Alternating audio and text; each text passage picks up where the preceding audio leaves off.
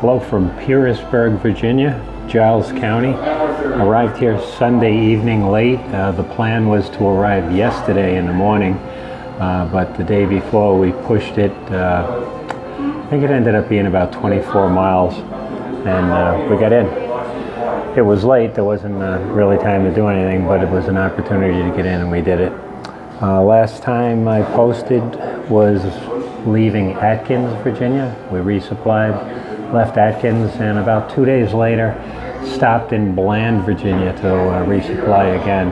We only carried 2 days of food between Atkins and Bland because the terrain was pretty challenging, and we didn't need to carry the weight knowing there was a place we could resupply, so we opted just for the 2 days, quick stop in, and continue on to Pearisburg, where we are now.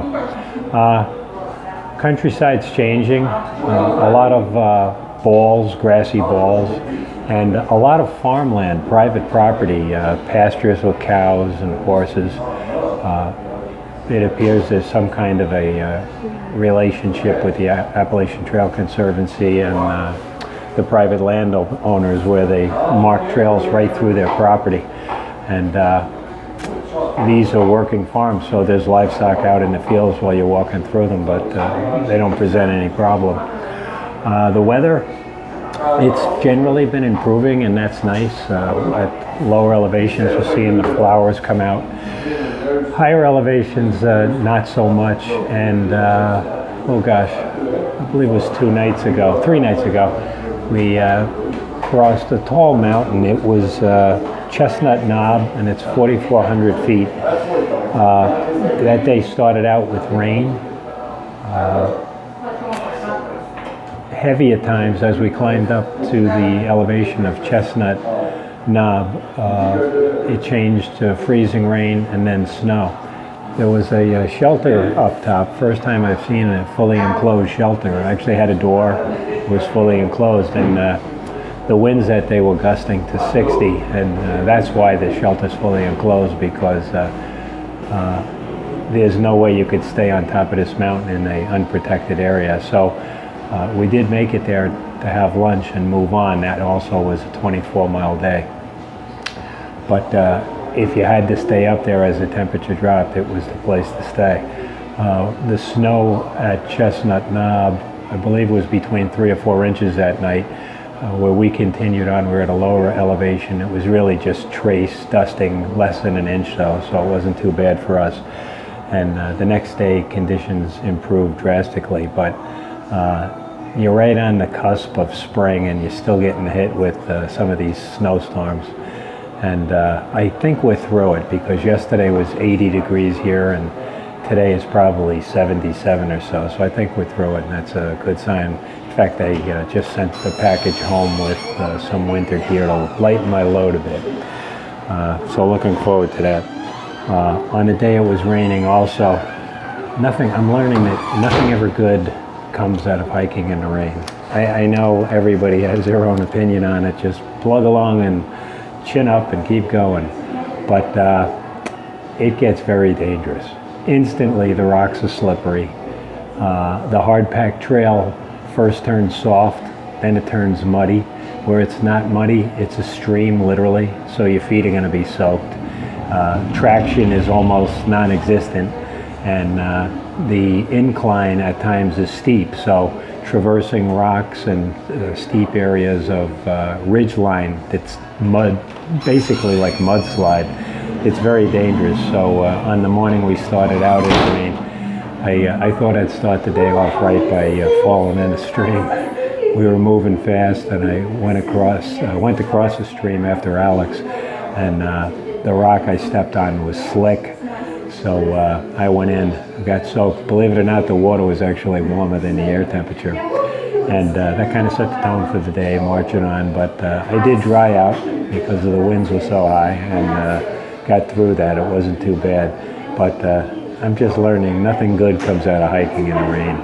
I know you get some miles behind you, but very fatiguing at the end of the day, because you're really extra careful, trying not to slip, knowing every time you put your foot down, it's probably a slippery surface, but it is what it is. So my hiking boots have about 700 miles on them now. 635 from the trail, and previously I was wearing them before I came on the trail. So I'm anxious to replace those with trail runners. I think it's safe to do that now. There are no shoe stores in Pearisburg, so I think my next best option to get trail runners will be Dalesville, and that's the next stop. It'll be 5 days from now, so I hope to do that. There is some high ups and downs between here and there, but it looks like it'll be interesting. I don't know if you're watching the news, but Asheville, North Carolina, where the trail runs through, the wildfires have started up in full swing again, and I don't know if it's threatening trail closures, but I'm glad we're through there. I do recall going through where it was very clear that it was a tinderbox. Some areas were so dry, so I'm glad we are through that area now. Once we hit Dalesville, I think things start to shallow out in the elevations. Mile 950 to mile 1500 are mid-Atlantic states, and we call them makeup miles. You can really move out. Nothing's above 3,000. Everything is close to sea level, and some areas are downright flat. So I'll be taking the opportunity to really move on those days to get a little further ahead, because I know when I do get up to Vermont and beyond, it's going to slow up again because the terrain's going to be high and it'll be difficult conditions. Nothing else to report.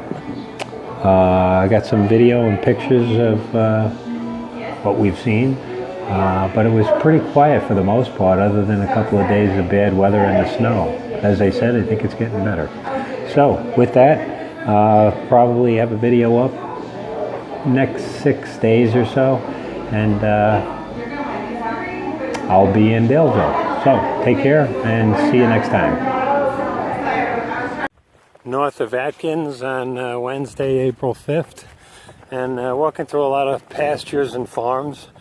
A lot of it's private property, but there seems to be an agreement, a partnership with the Appalachian Trail Conservancy and private landowners where the trails run through the private property, and it's marked well, so you stay on the trail. Pretty neat. These are the devices on the farms to cross over fence lines to keep livestock in. They're just like small ladders for the hikers to climb over and go on their way.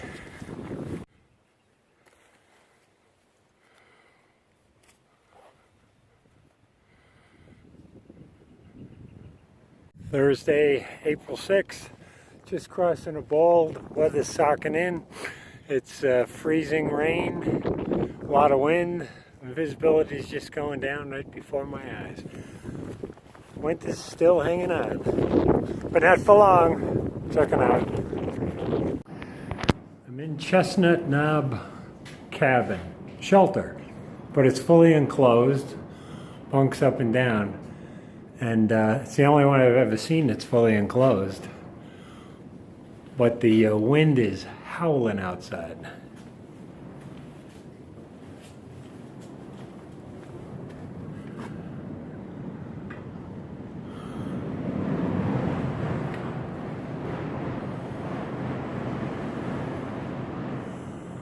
I don't know if you could sleep with that noise.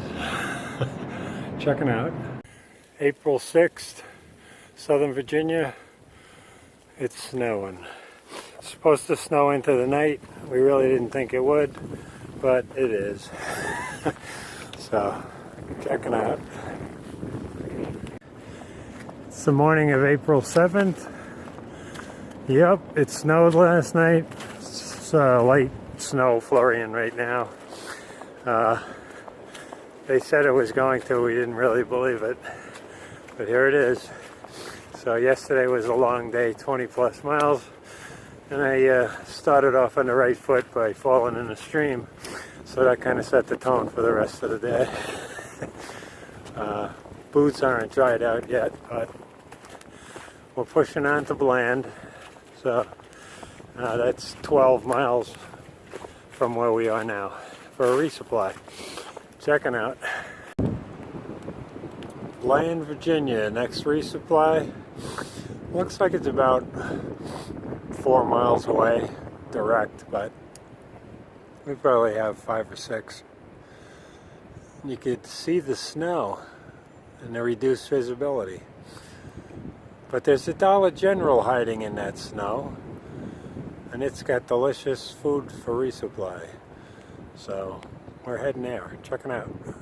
So we're at a motel in Bland, and I asked about laundry facilities, and they pointed me to the back of the building where they have 2 galvanized steel basins, a water source, and just some chairs, so you can do it by hand. And if it wasn't 30 degrees, I might actually consider it. Oh, and a clothesline. But today I'm gonna pass, so checking out. Saturday, April 8th. Just hiking along, and I noticed my cell phone battery's a little low. So I asked Alex if he could climb up this tower and find an outlet, and maybe top off our cell phones before we move on. I think he'd be up for that. Maybe not.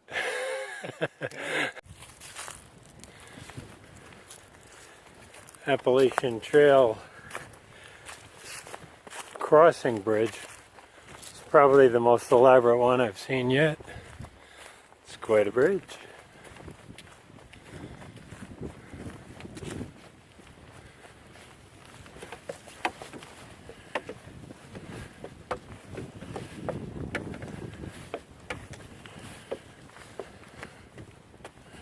It's like a suspension bridge. Pretty cool.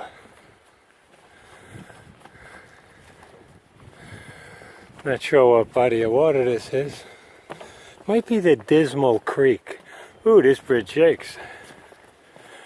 Because Dismal Falls is about a mile or so ahead.